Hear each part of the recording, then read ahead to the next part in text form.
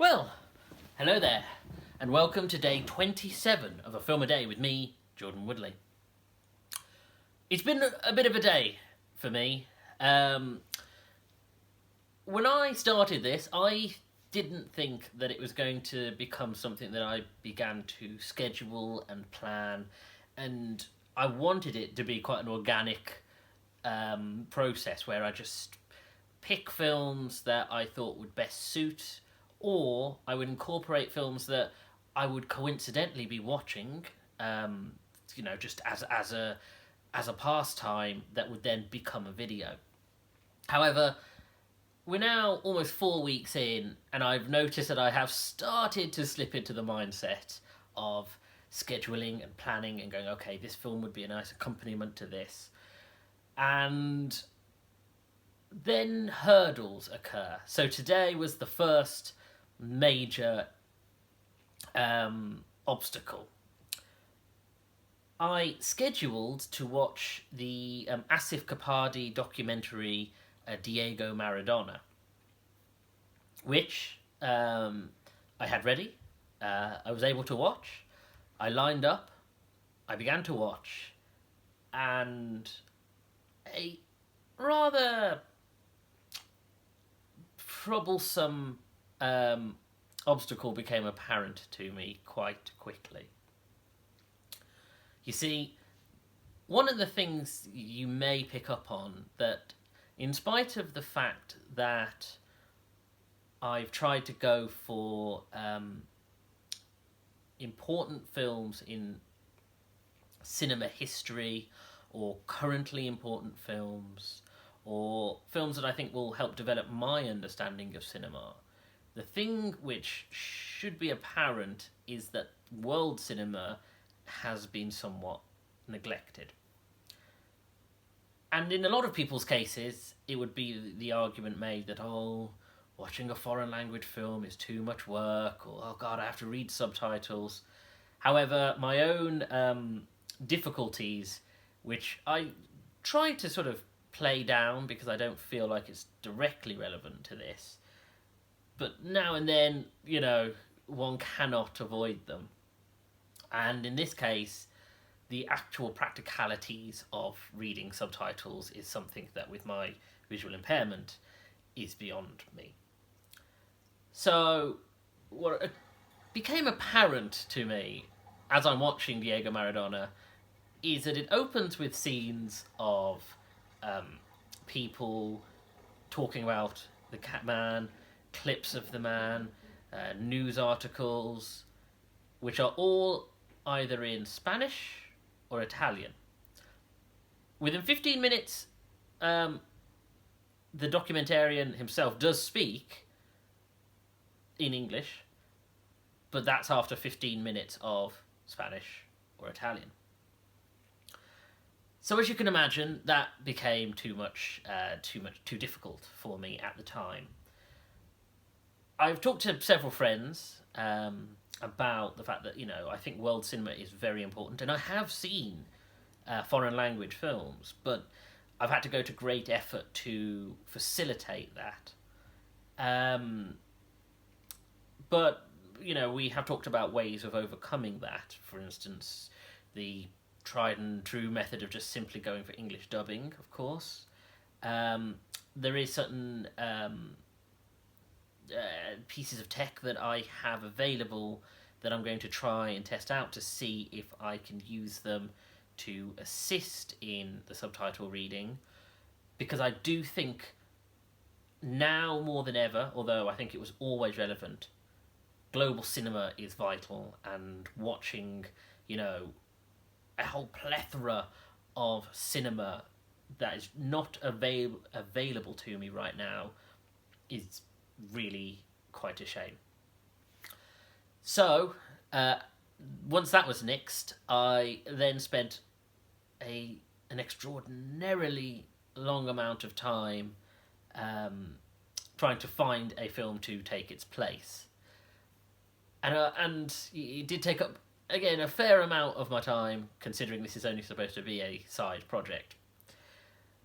But I did eventually come across a film that I thought, that seems like the right kind of documentary that I feel like watching.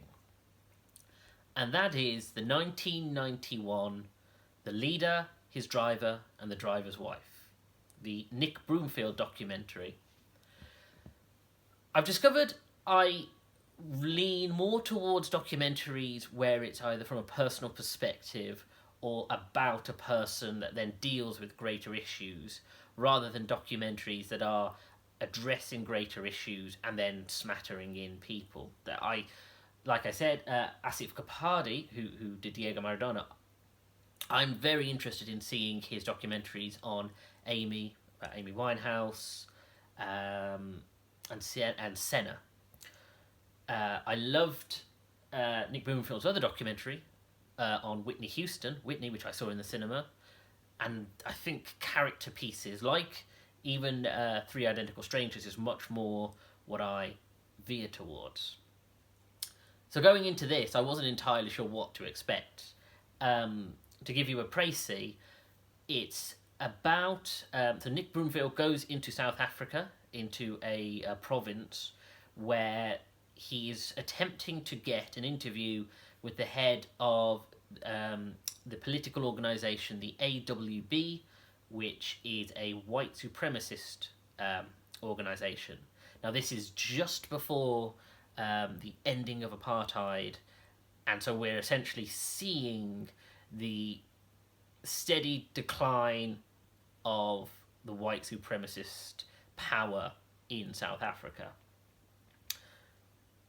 Quite a serious and heavy subject matter, so I was expecting something a lot more along the lines of like a more aggressive, a more haunting documentary that really explores the troubles and the real dark side of the supremacist movement. What I actually ended up getting was a remarkable farce, which just tickled me pink. So, the majority of the documentary, and the way I want to discuss this is not as one would a review where I sort of talk around the subject and then say whether I like it or not, because this, like with several of the films I've watched, this film is now 3 decades old, so it seems a bit pointless reviewing it. And so I am going to talk about it broadly, but also I am going to spoil aspects of it because it's kind of the only way I can deconstruct this, and I do recommend watching it if that's sort of the where I stand. But the film spends an hour of Nick Broomfield, who is a very front and centre documentarian, as in he's not someone who goes behind the camera and tries to create an authentic experience of the film, whatever the subject matter they're trying to document. He is a character in his own documentary, and you're seeing him in amongst the events that he's trying to document. And so what you see is a man simply trying to get an interview with this, political powerhouse, I suppose, for lack of a better term. This character who is uniting, the white supremacist movement, and he's building these camps, and he's got these churches, and they've got children who they're already trying to teach in the ways of the Afrikaan tradition. But what it turns out to be is almost like a sort of farcical, this man is... I'm trying to think, it makes me think of these very poorly administrated offices with pompous heads who are both too busy and also not busy enough, like the Thick of It style, or 2012, where this leader, who for a long time is just referred to as the leader, but his name is Eugene Terra Doche, is that correct? De Blanche. So it's Eugene Terra Blanche. And this man is just, firstly, he is a difficult man for Nick to essentially get the interview with. He turns up, he's not there. He turns up weeks at a time, guy's not there, interview's not happening. And so what ends up happening is that Nick Broomfield essentially ends up talking a lot to this guy's driver, a man named JP, and the driver's wife, who's named Anita.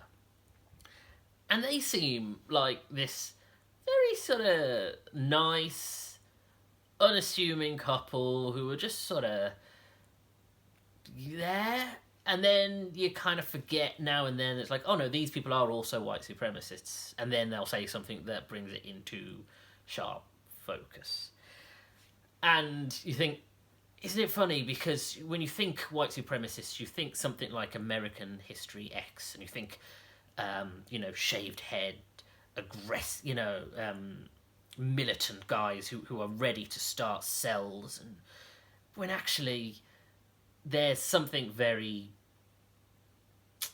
mundane, and that's almost more threatening. It's the idea that these sort of culture, this hub is normalized, that these people are like, oh, I do the driving and I do the cooking and we organise these get-togethers and we have parades, but all in the name of something truly abominable, truly an unspeakable horror. But again, it's presented in almost this farcical, more like bureaucratic structure, when Nick Broomfield will turn up to events and someone will come up and go, oh no, you can't film here. Oh no pictures. Oh, no. He'll say, oh, but you told us we could take an interview. No, you can't take an interview. Next thing, same thing again and again. And it's eventually, after an hour of this hour-and-a-half documentary, he finally is able to get an interview. And then he does the most remarkable thing that I really like. Honestly, it made me weep with laughter at the time, but he decides to be 10 minutes late. And this just makes this Terra Blanche guy furious. And it's amazing, because Nick Broomfield reminds me a bit of, like, he kind of has that sort of posh, well-spoken, slightly delicate, private school kind of like, oh, well, But he knows what he's doing. He knows he's doing a massive troll move. And so once he's 10 minutes late, again, this guy refuses to see him, and they have to have another meeting that evening. At which point, the interview is half of it is them discussing the fact that he was 10 minutes late and where he was and who else he was interviewing. Or, oh, he was having lunch. And it's like... And him sort of poshly going, oh, well, I'm very sorry that we're late. We were late. It was, it's just this guy just getting more and more wound up. And it's brilliant because it's just such a troll. And then the second half of this interview, he asks one question, but the leader is so riled up at this point that they end up just talking around in circles. And it cuts to... Broomfield essentially saying, well, JP, the driver, said to me that was the worst interview he'd ever seen. And it was just such a troll move, and I just love it. And that's sort of the structure of the rest of it. It's just this back and forth between these sort of idiotic and yet self-important white supremacists sort of, oh, look, we're gonna start something, we're gonna kick off against the ANC, and we're going to prevent them from coming to power. And then you get smatterings of incredibly dark and troubling information that is sort of given to you in voiceover. But all you really see are these people who are just like I don't even really have like a phrase for it, but it's remarkable in that respect, and I can see why people held this up as such a strong documentary at the time, because it really shoves it to fascism, and it really sort of shows the fact that there is a threat, but it's not an unknowable threat. And yes, I genuinely thought it was quite the remarkable documentary.